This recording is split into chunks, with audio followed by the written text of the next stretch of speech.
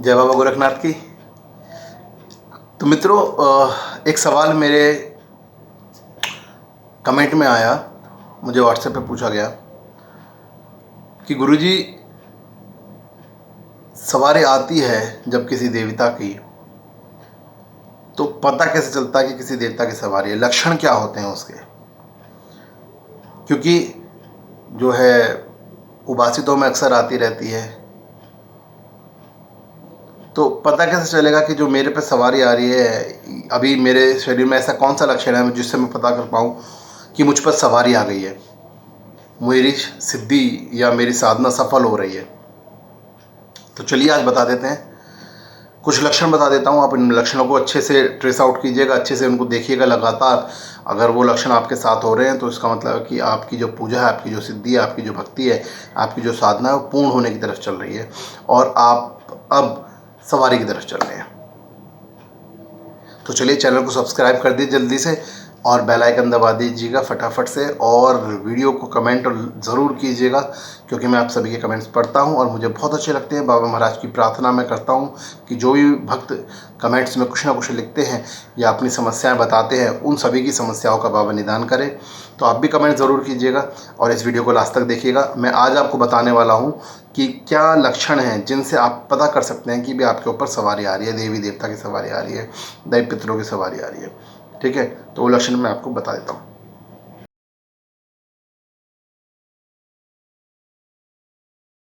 जय जय गुरु गोरखनाथ, जय हो झारवी महाराज की जय, धामार की जय, मेरे सरकार तेरी सदाई जो, जय जय सिद्धनाथ तेरी सदाई जय।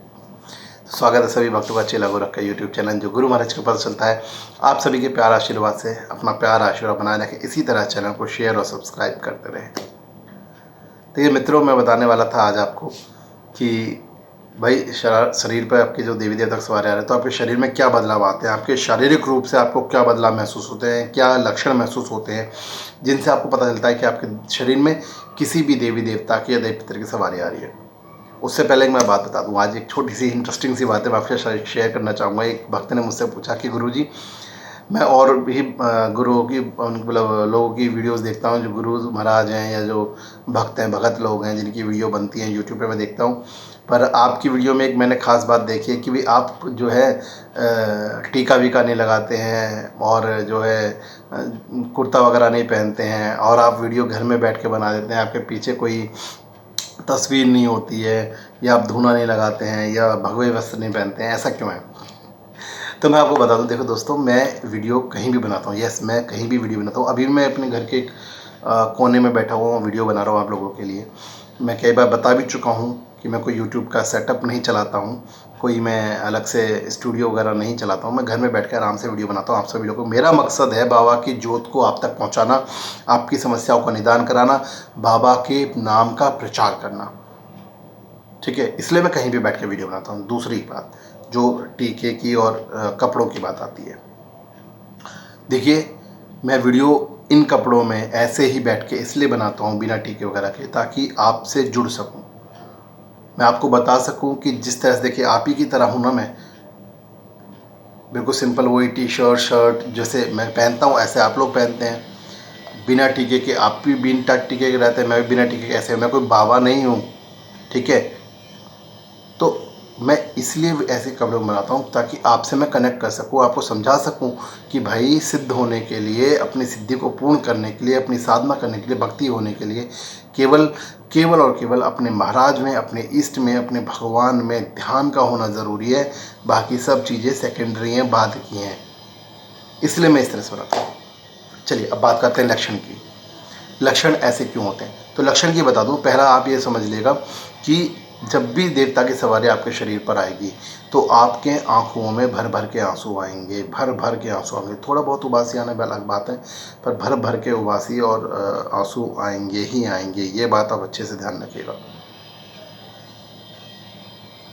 ठीक है?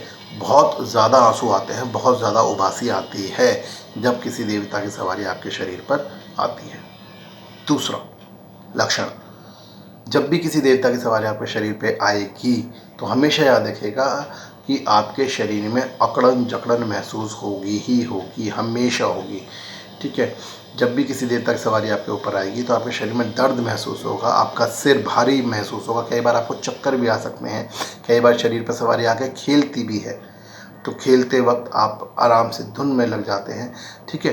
तो चक्कर महसूस होते हैं, सिर दर्द महसूस होता है या सिर भारी हो जाता है, या आपके शरीर में बॉडी पेन महसूस होता है, जकड़न महसूस होती है, अकड़ महसूस होती है शरीर में, तो आप ये 100% संकेत है कि आपके ऊपर सवारी आ रही है, ठीक है भाई। बुखार हो अगर तो मैं समझ लियो सवारी आ रही है, ठीक है ना। बुखार हो तो डॉक्टर के पास जाकर दवाई ले लियो, बुखार चेक करके, बुखार में भी शरीर अकड़ता है और शरीर सवारी आती है तो भी शरीर का तापमान गर्म हो जाता है।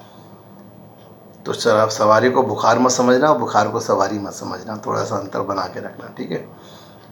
तीसरा तीसरा तीसरा ये होता है कि आपका जो दिल है, आपका जो दिमाग है, आपका जो मन है, आपका जो मस्तिष्क है, वो पूजा पाठ में लग जाता है, तपस्या में लग जाता है। यानी कि जैसे कि नॉर्मली क्या होता है कि हमें पूजा पाठ हमारे घर में कम होता है। आजकल जो हिंदू परिवार हो गए हैं, मिडिल क्लास परिवार हो गए, उनको पैसे की चिंता होती है, सुबह उठना है, स्कूल जाना है, नौकरी पे जाना है, काम पर जाना है, तो पूजा पाठ ऐसे ही होता है। पर जिस बच्चे पर, जिस भी भगत पर सवारी आनी शुरू होती है, उसका मन पूजा पाठ की तरफ ज़्यादा लगना शुरू हो जाता है, वो पूजा पाठ ही होता है, उसे पूजा पाठ करने में आनंद आने लगता है, उसे भजन कीर्तन करने में आनंद आने लगता है, उसे भजन सुनने में आनंद आने लगता है। तो ये भी एक लक्षण है कि आपके ऊपर सवारी आ रही है। चौथा लक्षण एक ये कि भाई आप बैठे तो पूजा करने के लिए कि फटाफट से मैं हाथ जोड़ लूँ बाबा के, हाथ जोड़ के फिर चलूँ अपने ऑफिस, पर आप बैठे ही रह गए, 25 मिनट हो गए, 30 मिनट हो गए, आपका मन लग रहा है, आप ध्यान में हैं, मगन हैं, खो गए हैं बाबा में, यानी कि आप ध्यान मग्न होना शुरू हो जाते हैं। जब सवारी आपके ऊपर आती है तो आप विस्मृत होकर बाबा के ध्यान में लग जाते हैं, अपने इष्ट के ध्यान में लग जाते हैं। आधा घंटा, पौना घंटा, 1 घंटा पता ही नहीं चलता कब बीत गया, पूजा में बैठे रह जाते हैं, पता ही नहीं चलता कब बीत गया, बहुत देर बाद लगता है कितना टाइम हो गया। इस तरह से आपके साथ होना शुरू हो जाता है। तो ये भी एक लक्षण है कि शरीर पर आपके देवता की या देवी की सवारी है, किसी न किसी की पितृ की सवारी है, ये भी एक लक्षण है, ठीक है। एक और लक्षण बता देता हूँ, जब कोई देवता, अच्छा इसमें एक चीज़ और है, जब कोई देवता आपके सब प्रसन्नता के साथ आ रहे हैं तब तो कोई दिक्कत ही नहीं है, पर जब देवी देवता प्रसन्नता के साथ नहीं आते हैं, नाराज में आते हैं या गुस्से में आते हैं, तो उस वक्त क्या होता है, आपके घर में नुकसान होना शुरू हो जाता है। आते देवी देवता आपके शरीर पे ही हैं, शरीर को जकड़न होगी, शरीर टूटेगा, दर्द होगा, ठीक है, बट आपके घर में नुकसान भी होना शुरू हो जाएगा, आपके घर में लड़ाई झगड़े होने शुरू हो जाएंगे। तो वो भी कारण है कि देवी देवता आपसे नाराज़ हैं, किंतु आए हैं क्योंकि आप पूजा पाठ कर रहे हो, तो देवी देवता आ जाते हैं पर वो नाराज़ होते हैं, तो उनको मनाना है आपको। इसके बारे में वीडियो आपको बाद में बताऊंगा, अगली वीडियो में मैं शायद आपको बता पाऊँ कि जो देवी देवता नाराज़ हो जाते हैं उनको कैसे मनाएंगे हम लोग, ठीक है। फिलहाल की सवारी आई है तो उसका क्या लक्षण है वो मैं आपको बताना, आपके शरीर पर क्या प्रभाव पड़ता है उसका, ठीक है। एक बहुत अच्छा सा लक्षण है, बहुत मतलब कह रहे हैं चिंका है कि जो भक्त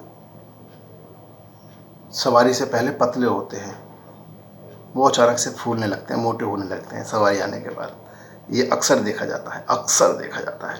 और जो भक्त मोटे होते हैं वो और मोटे होने लगते हैं, क्यों? क्योंकि इसलिए ऐसा होता है क्योंकि जब उनके शरीर में दूसरी ऊर्जा आती है, शरीर में देवी देवता की ऊर्जा आती है, तो उस ऊर्जा की वजह से उनका शरीर फूलने लगता है, आकार बदलने लगता है उनके शरीर का। तो ये अक्सर देखा गया है कि जो बच्चे, जो भक्त हमारे सवारी आने से पहले पतले होते हैं वो अक्सर मोटे हो जाते हैं, और जो भक्त मोटे होते हैं वो और मोटे हो जाते हैं। तो ये भी एक लक्षण है सवारी आने का आपके ऊपर, ठीक है। तो ऐसे ये जो आपको मैंने 5-7 लक्षण बताए, इन लक्षणों को ध्यान से देखिएगा, इन लक्षणों को। अच्छा एक चीज़ और देखिएगा कि भाई बहुत बच्चे कहते हैं ना हमें उबासी भी आ रही है, टूटन भी हो रही है शरीर में, पता नहीं चल रहा, पर उनके लिए बता रहा हूँ कि वो ये भी देख सकते हैं कि भाई किस दिन हो रहा है ऐसा। अगर किसी पर्टिकुलर दिन ऐसा लगातार हो रहा है और ज़्यादा होता है, किसी दिन सपोज मंगलवार के दिन ज़्यादा हो रहा है, या सोमवार के दिन ज़्यादा हो रहा है, या शनिवार के दिन ज़्यादा हो रहा है, तो और वो ज़्यादा हो रहा है उस दिन, बाकी दिन भी रह रहा है पर ज़्यादा हो रहा है, तो इसका 100% मकसद यही है कि आपको उस दिन पर्टिकुलर किसी देवता की सवारी आती ही आती है। अब किस देवता की सवारी आती है ये आप पता कर सकते हैं, इसके लिए मैंने ऑलरेडी एक वीडियो बनाया हुआ है यूट्यूब के ऊपर, तो आपको पता चल जाएगा उससे कि भाई वो किस देवता की सवारी आती है, ठीक है। तो बाबा महाराज के आशीर्वाद से आप सभी लोग पता कर सकते हैं, देख सकते हैं, समझ सकते हैं कि सवारी आने पर आपके शरीर में क्या अनुभव होता है। तो आप भी अपने अनुभव कमेंट बॉक्स में ज़रूर भरिएगा। जितने भी दोस्त मेरे देख रहे हैं वो अपने अनुभव ज़रूर बताइएगा कि उनके शरीर पर सवारी आती है तो उनके शरीर के साथ कैसा होता है, वो क्या महसूस करते हैं। तो मैं उनके जवाब ज़रूर दूंगा। गुरु महाराज की कृपा आप सभी के ऊपर बनी रहे। सभी दोस्त मेरे सभी बाबा के प्यार में बने रहें, सभी आशीर्वाद में बने रहें। जय जय गुरु गोरखनाथ, जय जय जारवी।